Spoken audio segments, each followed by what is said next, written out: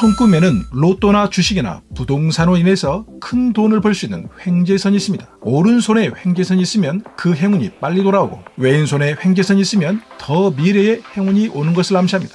누구나 꿈꾸는 일확천금의 횡재선은 과연 손에서 어디를 보면 될까요? 여러분 안녕하십니까? 행운성공TV입니다. 오늘은 손금에서 어떤 선이 로또나 복권 같은 행운을 가져다 주는지 알아보고 생활 속에서 끊임없이 들어오거나 나가는 재물을 상징하는 재물선에 대해서 자세히 알아보겠습니다.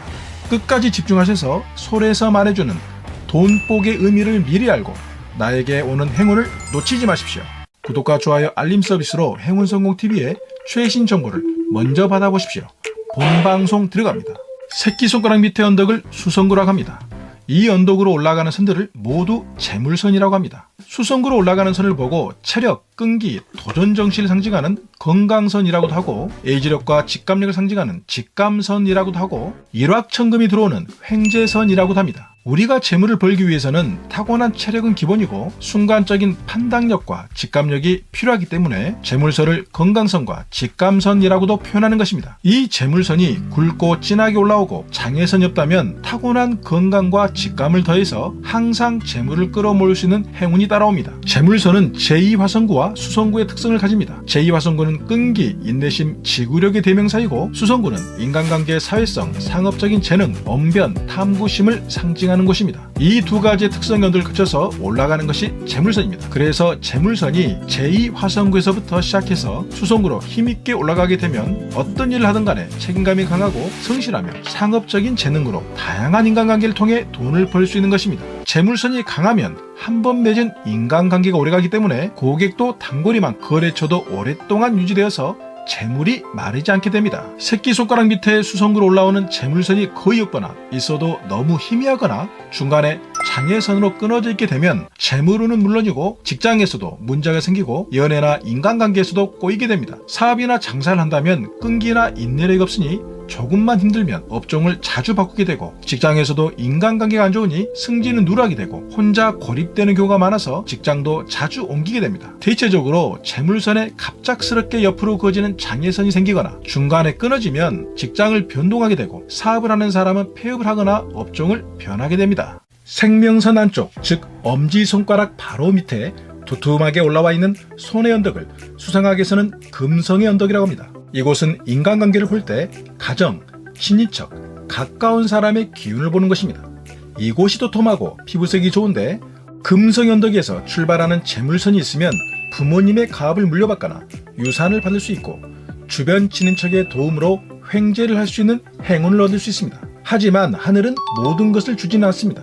이곳 생명선 안에서 출발하는 재물선은 어쩔 수 없이 생명선을 가로지르기 때문에 몸에 문제가 생기거나 유전적으로 생기는 질병이 생길 수 있으니 건강에 각별한 신경을 써야 합니다. 지능선에서 출발하는 재물선은 지능선의 장점을 최대한 끌어올려서 재물과 연결시키는 힘이 있습니다. 공부로 큰 성공을 하거나 발명이나 아이디어로 큰 부자가 되는 사람들에게서 많이 나타나는 선입니다. 특히 지능선의 위치가 제2화성구 근처이기 때문에 지능선에서 출발하는 재물선은 끈기와 의지가 남다릅니다. 공부나 발명이나 두뇌로 성공하는 사람은 굉장히 오랜 시간 자신과의 처절한 싸움에서 결코 좌절하지 않아야 성공합니다. 바로 지능선에서 출발한 재물선이 제2화성구를 지나가기 때문에 이러한 불굴의 의지로서 성공을 할 수 있는 것입니다. 재물선의 위치가 넷째 손가락 약지 바로 밑에 있는 태양선과 새끼손가락 바로 밑 수성구 사이에 걸쳐서 선명하게 일자처럼 나타나는 선을 횡재선이라고 합니다. 바로 큰 돈을 상징하는 태양선과 끊이지 않게 들어오는 생활 속의 돈을 상징하는 재물선의 장점이 같이 드러났기 때문에 이곳에 이러한 선이 걸쳐지면 우연히 갑작스럽게 큰 돈이 들어오는 행운을 맞이할 수 있습니다. 타고난 운을 버는 왼손에만